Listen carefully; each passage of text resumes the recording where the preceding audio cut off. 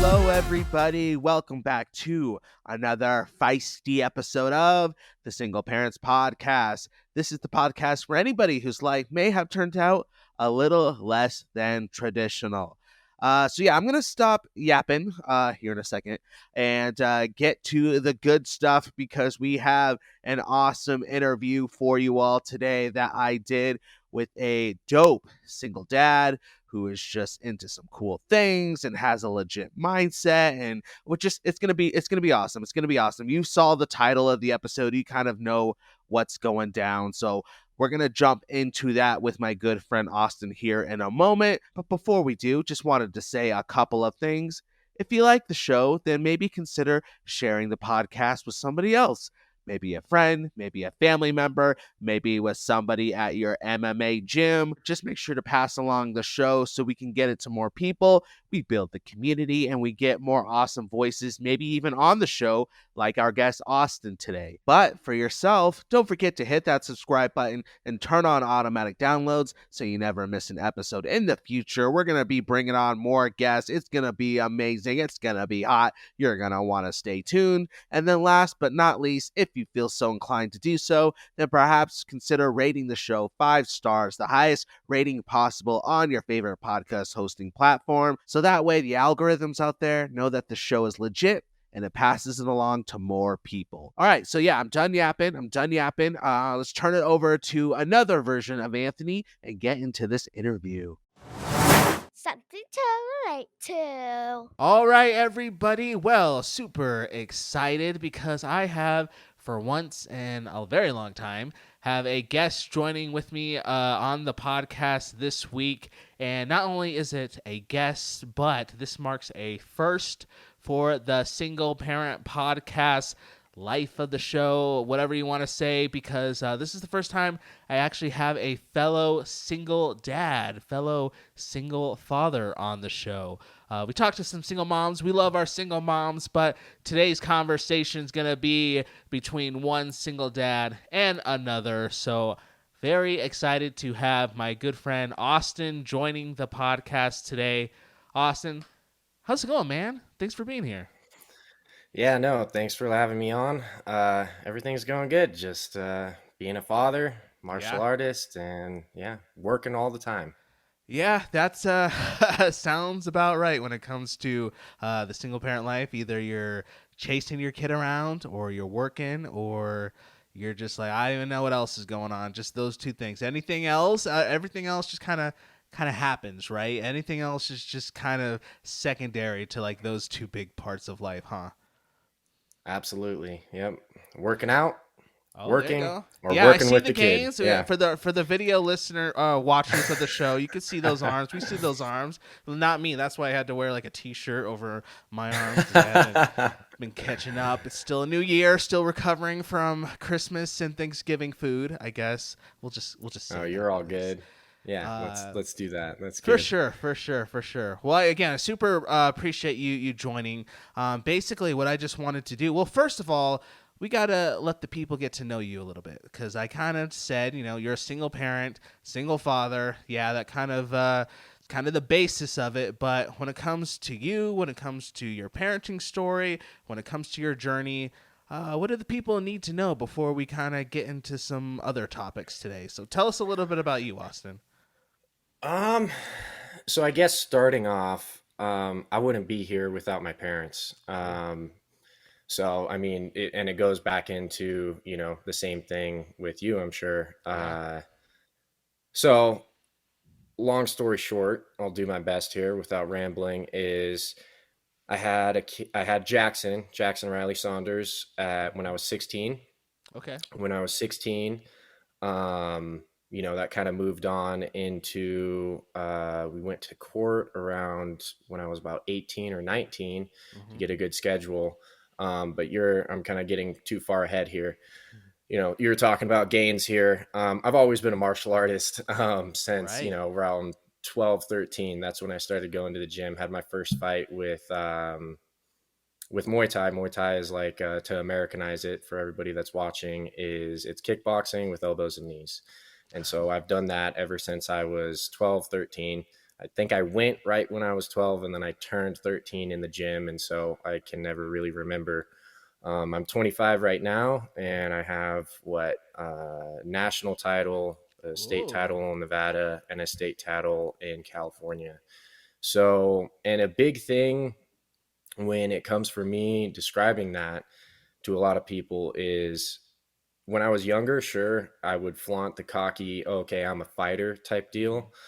Mm-hmm. But going through a lot of it's either be humble or get humbled. And I got Right. humbled a lot with having that attitude when I was a younger guy. Still young, but when I was much younger, got humbled a lot. And right now, I would say for the past 4 years, thanks to my coach Darian at Momentum Martial Arts in Reno, he has really implemented a huge focus on mental diet, what you consume, what music you're listening to, Hmm. what food you're eating, obviously, because everything is an energy source, everything is a frequency and a vibration. Right. The people you hang out with and associate with. I always was a martial artist. Mm-hmm. I always competed. My first fight when I was about 13 or 14, and then went from there and kept on going. I have another fight coming up in Oh, February, nice. so pretty close here. Mm-hmm. And that's always been my basis, or not basis, but my base of having a good structure to keep me away from anything that would lead me down a bad path.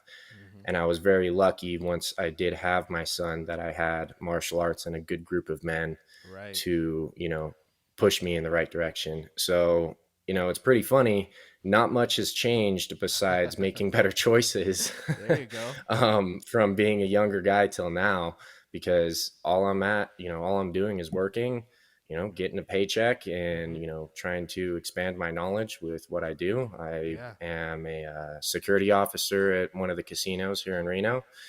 And, I see a lot of interesting stuff that I have to make sure that I don't bring home. Right. Um, and I go to the gym, I work my ass off there. And what's beautiful with all of it is my son gets to see me do it. Oh, that's cool. And, as a single father, Yeah. one of the biggest things is to lead by example. Yeah. And, I tell him things very, very seldom, but he doesn't have to necessarily listen too much because he can just watch dad do it. Yep. So, yep, That's very cool. security, Yeah. martial artist, and a father. So And a that's father. it. That's like a triple threat right there. You're like a renaissance man. That's legit. That's legit. So I guess Mm. like that's really cool. It's nice to know that through your martial arts and through not even just the physical stuff that you were able to learn and take in there, but also sounds like a lot of like mental and personal and relational stuff you learned there along the way. How have you seen some of the values and teachings and aspects of that side of your martial arts play into the raising of your son? Oh my gosh, so much to add to what you just said is it's Yeah. also spiritual too. Ah, There's there a you lot go. of, quote unquote atheists Yeah. that will fight and then they'll get out of the ring and they'll say, "Oh my gosh, there's something deep inside me that really pushed me, Hmm. to keep going throughout the round. I got dropped in the first round, but then I pushed myself, something was Yeah. deep inside myself." So I would say the spiritual aspect, because I feel like a lot of people are grown with their parents' types Mhm. of uh, theology that they hear when they're growing up rather than learning their own experience. And so having a spiritual experience and then also knowing that there is also somebody bigger, faster, stronger, better looking than, anybody out there. So it Yeah, humbles you. And sure. I looked up to my dad. I looked up to Mason's dad Hmm. so much growing up, and they didn't fight. They Right, weren't right. fighters, right? They weren't competitors, I should say. And my son looked up to me so much where it got to a point where I fought up in Tahoe and I Hmm. lost, and Oh. he was just blown away. He was like, "What? Like something must have happened. Like there's no way dad can lose." Yep. And that was a beautiful moment that really made me actually feel a lot better about the competition, even though I could have done better. we're both fathers. We always take every little tiny choice for, accountability wise. Mm-hmm. But that made me feel better because I got to show my son, no matter what, you showing up, having accountability, working your ass off, you can still lose. And, losing is a huge factor in life, and learning from it is an even bigger factor. So learning from your losses, having spiritual growth, and having the humility behind it. So those are huge things that have not only gone on to me and I've passed on to my family, but Jackson, my son, can just absorb it like a sponge. So it's a huge thing. Great. And knowing that there's no such thing as the best, how long does a UFC champion have his title? Not too long, right? Yeah. Somebody always comes by and gets it pretty quick. So Something to think about. It's just really cool to see the blending of like your passion into your parenting, because I think a lot of people, and I'm guilty of this too, will kind of look to compartmentalize their life, right? Like, so this is what I do for myself. I'm training, or I have this hobby, or I have this passion or whatever. But then I'm also a parent. I wear this hat when I'm over here, and those things don't always like come together. Like maybe sometimes they have to, but it's just really easy to kind of get in the mindset that like, well, I got to take this hat off and I got to be this type of person. But then when I'm with my kids, I got to be this type of person and think this way. But it sounds like you can maybe speak to this. Like for you, you've kind of found a way to take something that you've been doing for years and not like make it something else on top of what you're doing as far as raising your son, but kind of blend it into your parenting and make your son help him be a part of it, which I think sounds pretty cool. Oh yeah, absolutely. Yeah, I would 100% agree. I'm lucky that I got into the sport at a young age. Jackson's 8 years old and he's doing it 4 years younger than me. So, the whole goal of being a father is to make sure that your children do a better job than you, right? Yeah. And learn from our mistakes. I think that I do not have to switch hats too often, yet alone at all, because I always try to be as humble as possible, whether I'm at work and I'm dealing with, somebody that's very frustrated in my face, or I'm at, weigh-ins and I'm at a competition and somebody's trying to, intimidate and, try to kind of get in my head. Because, at the end of the day, when you get to a certain level of the sport and you've been doing it for so long, it is all mentality and mind games. At least 90% of it. Then there's the good 10% of it that's physical. But the mentality of knowing that I am a protector. I'm here to protect my son. I'm here to prepare him. I'm not here to be paranoid. I'm here to be prepared, right? And I do not have to switch hats that often, yet alone at all. And it definitely comes in together. But like I said, it really comes down to having, a really good group of not only people, but men around you. If you're a male, having good males. If you're a female, having good females around you. It's very important. So that's cool. All right. But speaking of men, speaking of males, I've been looking forward to this podcast recording all week because, as I said, I love talking to all the single moms that come through the show and get their perspective, but it's not too often that I get to talk to a fellow single dad. So I'm really excited to get your perspective on this point in particular. Because I've said it a couple times on the show before, that one of my biggest pet peeves is when people look at men, dads in particular, and kind of almost, what's the best way to put this? Give them this over dramatic sense of praise and give them their flowers basically for being and doing the bare minimum. Or I like to say, people will use the phrase when like men are hanging out with their kids, like, oh yeah, so and so Anthony's watching his girls, or I've even heard like, oh, Anthony's babysitting the girls tonight. And I'm just like, no, I'm not watching my kids. I'm not babysitting my kids. I'm parenting my kids because they're my kids. And I don't Yeah. want praise and flowers for doing the bare minimum, like, oh, you're such a good dad. You took them to school and you picked them up and you showed up to their sporting events. Like, oh, Pat, I'm like, yeah, cool. Thank you for noticing that. But like, duh, like every parent should Right. be doing those things. So like sometimes I think men either get praise for doing way too little, or Hmm. they sometimes the ones who actually are showing up, busting their ass, being present, going to bed exhausted because they're pouring out to their kids 24/7. Those men I don't think get enough credit because, well, to be fair, there's not a whole lot of men doing that Oh, these absolutely. days. So I think a lot Yeah. of times that stereotype, even though it kind of can be debated, there's truth to it. Like a lot of the people who are stepping up 100%. more in the single parent realm are the moms, are the women these days. But there are Yeah. definitely men who do show up and who are present and loving and provide a safe and secure environment for their kids. And I believe that hopefully people would not disagree that we're two of those type of men.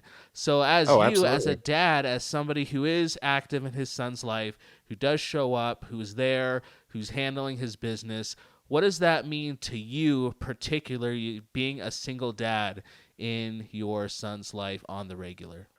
So I have a few things to jump on Do it. here. The biggest thing for me is being present. Um, Being present because, my dad did a fantastic job. He did a fantastic job. He had so many different, I tell my son there's tools. People are grown up with certain tools, and Yeah. some people don't have those tools. And I'm here to give you as much tools as possible, whether that's communication, honesty, accountability, all those different things. Um, so my dad would take me fishing, Mm-hmm. and he would take me fishing, and he wasn't too good at it. He got very good at it, later on in his life, right? And he can do it now with my son, his Yeah. grandson, Mm-hmm. which is fantastic. But the thing that I saw the difference of with me, with my parenting towards his parenting, Yeah. was the presence of mind.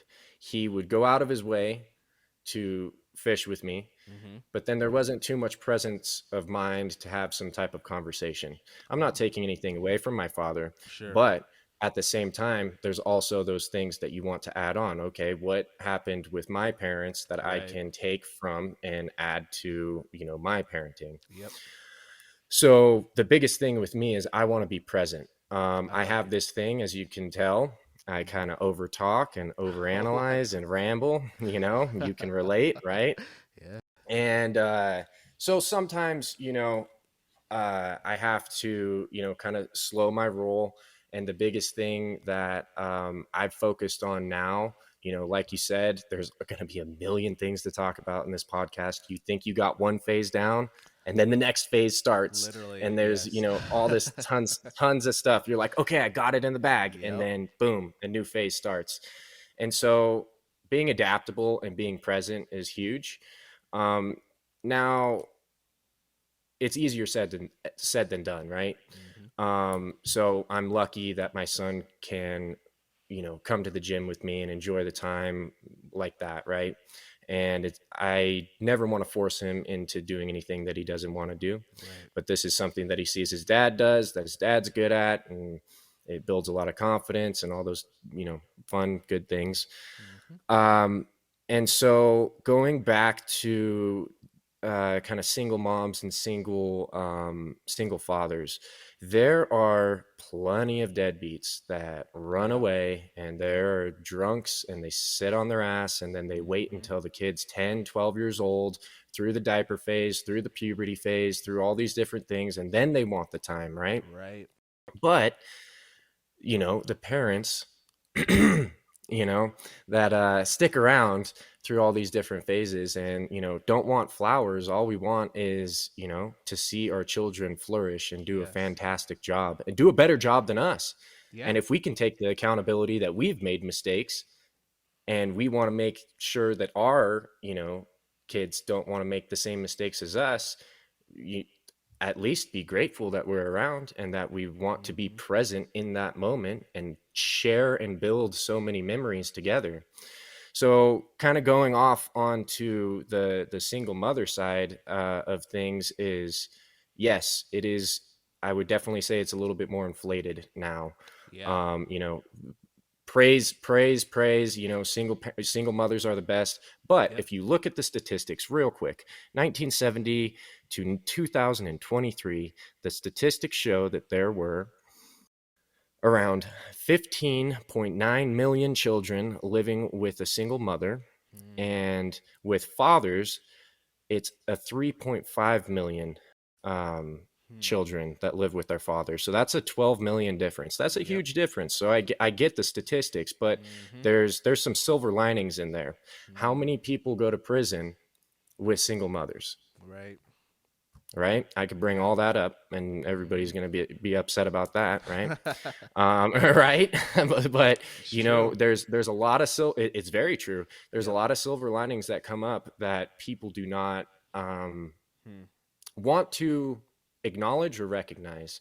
And I think right there, you know, just going off the statistics, okay, if there's a bigger number, so there's 15.9 million children living with a single mother. All right, that's fantastic. That means that women are doing their job. They, Yeah. you know, push the baby out. They're there. They're doing a great job. But Yep. that's the thing, they're there. So Yep. how many of those single independent woman, strong independent woman that I see at the club every night, how many of them are actually present with their child? Hmm. How many of them are actually hanging out and not just babysitting, not just Right. having a whole bunch of friends over? I would beg to differ. Since it's a smaller number, it Yeah. shows that there's less fathers in that category that actually don't show up. So the or excuse me, do. Yeah. So the 3.5 million single fathers, and statistics are statistics. Everything is, you know, Yeah. everything is woozy and up and down and blurry. We Yeah. can take numbers, you know, just like we can take anything else that we get information wise in this world with a grain of salt. But just going off of that, I think that if I sacrificed my whole life, you know, like I said, I have my one friend, Mason, that I see every once in a while, and that's like every 6 months, if at best. Hmm. I do not go out. I work and I work out, and that's it. I have time with my son, and I do my best to not push him into anything. I would say that there are more single fathers out there that do their job Hmm. and have no problem complaining. What have we been told as men growing up? Hey, you got to suck it up. You got to be Yep. tough, Yep. you know, and all those different things. I would say all those are good things, but it's all to a degree. Everything in life is a double-edged sword. Hmm. And so when there's so much praise around one subject, I would say there's a silver lining to it. Hmm. And if you never hear anything, you know, Mother's Day, for example, how many Right. posts do you see all over social media? And then how many posts do you see for Father's Day? It Yeah. is it is night and day, man. It That's is night true. and day. I'm not here complaining, but what I am here is answering the question and saying there's a huge difference. And I would say that, you know, being a present father, they have goals, they lead by example, they Yeah. work hard, and they barely complain. So, Hmm. the biggest thing that children can take from is actually looking and seeing, monkey see, monkey do, Yeah. right? You're Yeah. going to see and you're going to follow rather than listen to all these complaints and, you know, how I feel, you Hmm. know? So, if that kind of answers your question, Yeah. I'll boil it down to the Mother's Day social media post to the Father's Day social media post. It's Yes. a night and day difference. So that's my cue on those things. Being present and Yeah. showing that hard work, night and day. I think that's good. Yeah, I think it's interesting. You're right. The stigma of men in particular, I think some of the social shift is changing a little bit, but it's still there for Yeah, sure. Of like, yeah, you're right. As a man rather, you show up, you do what you're supposed to do, you provide, you don't complain, you don't have these big emotions, you don't even honestly get thanked a lot because this is just what you're supposed to do. So nobody's patting you on the back. Nobody's going to give you a cookie. Nobody's going to do all these things. And yet so many men out there are showing up and putting in the work and being present. And I don't think there is anything wrong or it takes away their manliness or what have you for recognizing them. And for, like you said, on Father's Day, blowing up and celebrating those men just as much as we celebrate the moms on Mother's Day. Because at the end of the day, it's what I always preach, is not fathers, mothers, whatever, as long as you are a parent who shows up for your kids and provides and does all the things. Nobody's perfect, obviously. Everybody's going to mess up. God knows I do 100 times a day. But as long as you're showing up, 100%, same here. Seriously, everybody does. We get that. That's not what we're saying.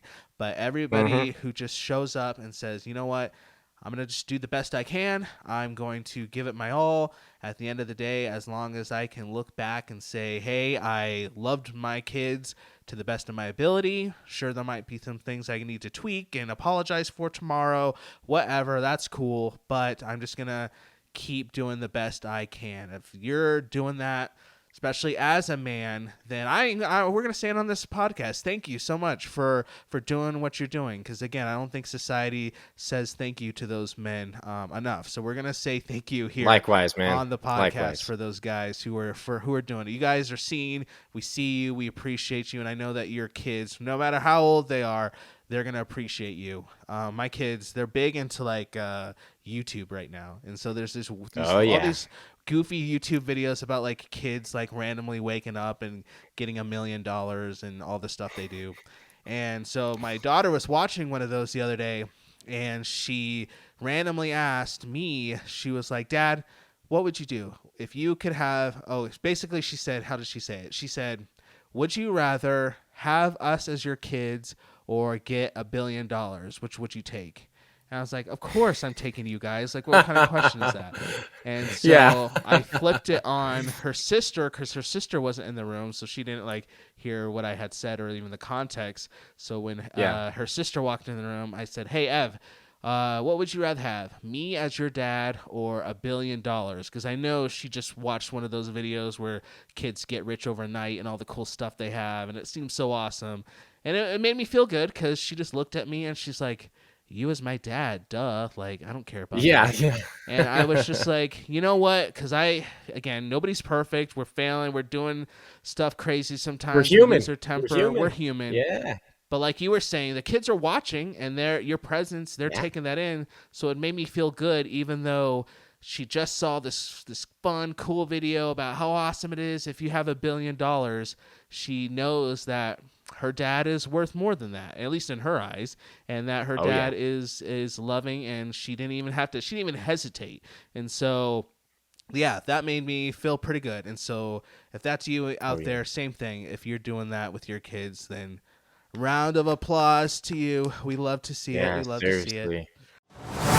Something to be encouraged by. All right, Austin, before we officially wrap up, this last little segment is just a time where I just use to encourage the people as they head about their day, head about their week, whatever they have going on. We love the single parents on the show. We love the life. We love what they're doing. But if we're all being a little real, sometimes just being not even just a single parent, but being a parent in general can just be a lot sometimes. Take a lot out of you. Can not always be cupcakes and roses. And so we try to encourage the people before they go out and do what they got to do. So for you, being a single dad, raising your son for the last 8 years, I think you said, has there been any like a good source of like encouragement that you kind of stand on when it comes to your parenting day-to-day life? A big source of encouragement is my father. And interesting, right? Talking about single dads and how, is my father. He's and I'm so lucky to have him. He's always there for me. He always keeps me in place. He always helps me with my grandson. And he is a huge source of encouragement. And I would just say for any of the viewers listening is that, look at me. I have a tank top on, I have a hat, I look like I just got out of high school, and you never know who you're dealing with. And so what I would say is, Mm-hmm. always be encouraged by the unknown, embrace the uncomfortable, embrace the unknown, because we never know what's going to come tomorrow. We never know Yeah, what's going to come today. And the best thing is the presence right now, I like and that. being present. And so um, yeah, I would say my father, That's and cool. knowing that there is so much unknown out there. That's Yeah. for sure. I like that. I think about that often because if you think about it, especially when you're a kid in America. I know we have listeners, other countries who check out this show, but maybe it's like this there. But I know for America, the mentality that you're kind of instilled with growing up is that you're gonna eventually finish school, and then maybe you'll meet somebody, and then you'll get married, and then you'll have kids, and then this will kind of be your life. And so you're kind of raised with that mindset, and then a lot of people head into that. Not everybody falls into that, but a lot of people Right. kind of head that direction. Nobody's really saying when you're 6 and 7 years old, like, hey, like when you grow up, you're going to be a single mom or you're a single dad and you're going to figure it out and you're going to just do things solo. Like they don't like say that. Usually the single parent life is a result of other stuff happening along the way. It's not something somebody sits down in their dream diary when they're 7 and writes like, I can't wait to be a single mom.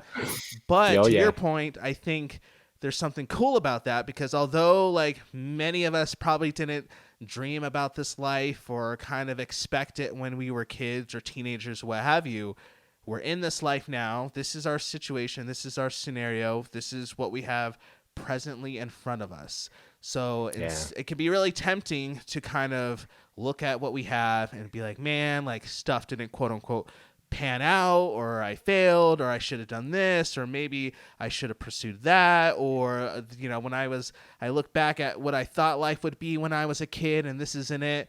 Instead of doing all that, just say, you know what, this is what we got, and I'm gonna thrive in it, and I'm gonna make the best of it. And I'm not just going to, this is a big thing I have to tell myself, is I'm not just going to survive in this time, just gotta make it through, just gotta figure it out, but to slow down and enough to cherish it and appreciate it and to enjoy what I have, even though this is what I have. Maybe it's not what I expected. If you go back in time and talk to 12-year-old Anthony and be like, hey, Right. 12-year-old Anthony, what do you think your life's going to be like in 20-something years? He would not give you this. He would not give you this. Oh, absolutely. Absolutely. But this is what it is. Yeah. And so to enjoy it, to celebrate, because the fact is, this kind of goes both ways to the point where another, 10, 20 years, we don't know what's coming our way that way too. So who knows? Eventually stuff could change for me, change for my kids, change in a whole different ways.